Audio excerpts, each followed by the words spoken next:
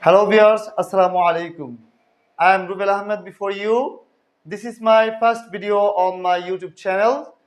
From today, I'll try to continue upload a lot of videos on English language. Okay, let's get started.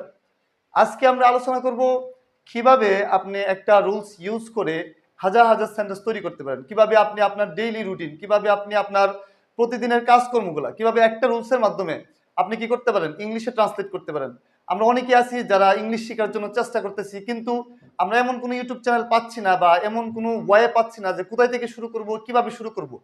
তো আপনি যদি নিয়মিত English শিখতে চান, আপনি যদি সত্যিকারের ইংলিশ ল্যাঙ্গুয়েজটা শিখতে চান, আপনি যদি আমার ভিডিওগুলো কন্টিনিউ দেখতে থাকেন, ইনশাল্লাহ আমি আপনাকে কথা দিচ্ছি, today or tomorrow you will be able to speak fluently in English to English. Okay, তো চলে আমরা শুরু করি। সাবজেক্ট বর্তমানে ভার্বের কাজটি করে। আমরা যা শুধু এই কথাটার সাথে আমরা বাংলা কথাটা মিলিয়ে নিব। যখনই দেখব যে সাবজেক্ট বর্তমানে ভার্বের কাজটি করে, তখনই হচ্ছে আমরা এই রুলসটা ইউজ করে আমি এই সেন্টেন্সটাকে ইংলিশে ট্রান্সলেট করব। কয়েকটা উদাহরণ দিই, তাহলে আপনারা বুঝতে পারবেন।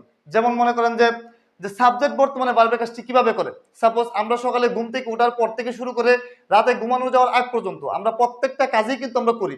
যেমন আমি সকাল 6টায় ঘুম থেকে উঠি, আমি 7টার সময় ব্রেকফাস্ট করি, আমি 8টার সময় স্কুলে যাই, আমি 8টার সময় অফিসে যাই, আমি 9টার সময় রেস্ট করি, আমি 1টার সময় বাসায় ফিরে আসি, আমি 3টার সময় রেস্ট করি, আমি বিকালে খেলাধুলা করি, আমি রাতে 10টার সময় টিভি দেখি, আমি 11টার সময় ঘুমাতে যাই। আপনার কিন্তু প্রত্যেকটা কাজেই কিন্তু আমি বর্তমানে করি। তো এই কাজগুলো আমি কিভাবে ইংলিশে ট্রান্সলেট করব, এটার জন্য আমাকে এই রুলসটা ফলো করতে হবে। রুলসটা কি?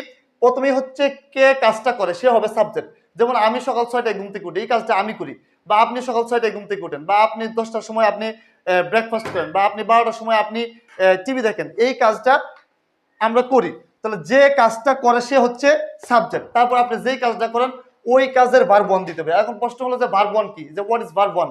ভার্ব ওয়ান হচ্ছে পৃথিবীতে যত কাজ আছে প্রত্যেকটা কাজেরই কি আছে, এক একটা ভার্ব আছে। একটা ভার্বের 3টা ফর্ম আছে। যেমন প্রথম ফর্মটাকে বলা হয় প্রেজেন্ট ফর্ম, দ্বিতীয় ফর্মটাকে বলা হয় পাস্ট ফর্ম, তৃতীয় ফর্মটাকে বলা হয় পাস্ট পার্টিসিপল ফর্ম। আমরা সংক্ষেপে বলার জন্য আমরা এটাকে বলে হচ্ছে কি ভার্ব ওয়ান। ভার্বের প্রেজেন্ট ফর্মটাকে বলি হচ্ছে আমরা ভার্ব ওয়ান, আর ভার্বের পাস্ট ফর্মটাকে বলা হয় ভার্ব টু, আর ভার্বের পাস্ট পার্টিসিপল ফর্মটাকে বলা হয় ভার্ব থ্রি। তো আমরা প্রথমে সাবজেক্ট দিব, যে কাজ করে সে হচ্ছে সাবজেক্ট। তারপর আমরা ভার্ব ওয়ান দিব, অথবা ভার্ব ওয়ানের শেষে আমরা এস অথবা ইএস যোগ করব।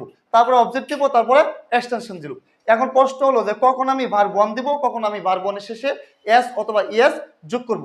তো এটা ডিপেন্ড করবে সাবজেক্টের উপরে, যে হোয়াট ইজ মাই সাবজেক্ট, যে is my subject third person or first person or second person.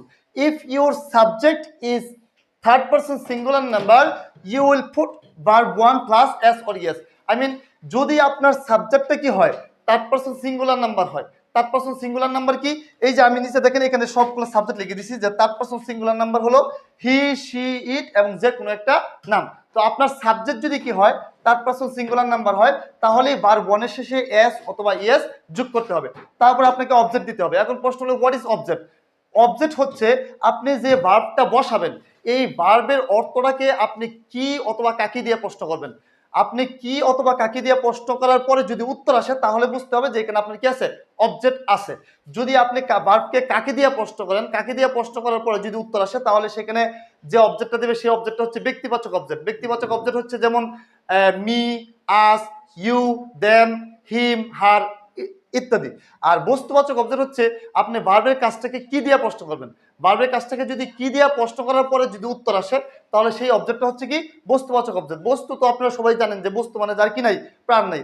আপনার subject plus verb plus object বসানোর পরে যে অংশটুকু বাকি থাকবে সেটা হচ্ছে কি এক্সটেনশন।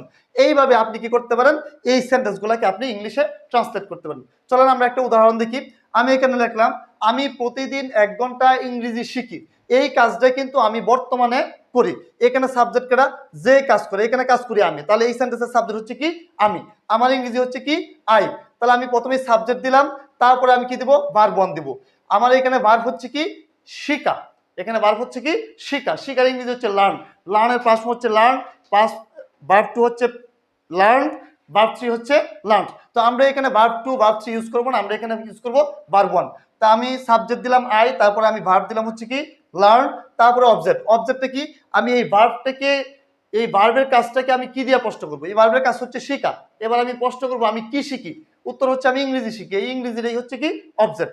তাহলে আই লার্ন ইংলিশ। তারপরে দেখেন আমার এখানে কিছু অংশ বাকি আছে, যে প্রতিদিন 1 ঘন্টা, এটা হচ্ছে আমার এক্সটেনশন। এক্সটেনশনটা আমি উল্টাবাই লিখে আসবো, এই জন্য আমি লিখলাম 1 আওয়ার এভরিডে। তো আমি আরেকটা উদাহরণ দিলাম, যে সে বিকালে ফুটবল খেলে। এই কাজটা কিন্তু সে বর্তমানে করে, এই ভার্বের কাজটা কিন্তু সে বর্তমানে করে। দেখেন এই সেন্টেন্সের সাথে এই কথার সাথে কিন্তু এই কাজটা মিলে গেছে, যে কি সাবজেক্ট বর্তমানে ভার্বের কাজটি করে। এখানে সাবজেক্ট হচ্ছে সে, সে কি করে বিকালে ফুটবল খেলে, মানে এই ফুটবল খেলার কাজটা সে বর্তমানে করে। তো এইটাও এটার সাথে মিলে গেছে। এখন আমরা এই সেন্টেন্সটাকেও এই রুলসের মাধ্যমে আমি কি করব, ইংলিশ করব। তাহলে এখানে সাবজেক্ট হচ্ছে কেটা, সে। সে এর ইংরেজি হিউ হতে পারে, শিউ হতে পারে, it depends on your mind, যে আপনি কাকে বোঝাচ্ছেন। এটা কি পুরুষকে বোঝাচ্ছেন না মহিলাকে বোঝাচ্ছেন? যদি আপনি সে দ্বারা পুরুষকে বোঝান তাহলে আপনার সাবজেক্ট হবে হি।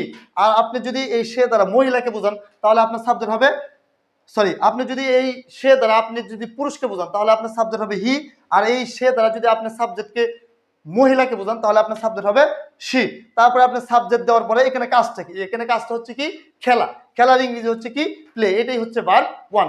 তো এখানে দেখেন আমার সাবজেক্ট হচ্ছে কি হি অথবা সি, এটা হচ্ছে কি থার্ড পারসন সিঙ্গুলার। তাহলে আমি আগেই বললাম যে আমার সাবজেক্ট যদি কি হয় থার্ড পারসন সিঙ্গুলার নাম্বার হয়, তাহলে আমাকে কি করতে হবে, ভার্বের শেষে এস অথবা ইএস যোগ করতে হবে। যেহেতু আমার সাবজেক্ট হচ্ছে কি থার্ড পারসন সিঙ্গুলার নাম্বার, এই জন্য আমি কি করলাম, ভার্বের শেষে এস যোগ করলাম। তারপর আমি কি দেবো, অবজেক্ট। এখানে ভার্বের কাজটা হচ্ছে খেলা। এবার আমরা প্রশ্ন করি কি খেলি?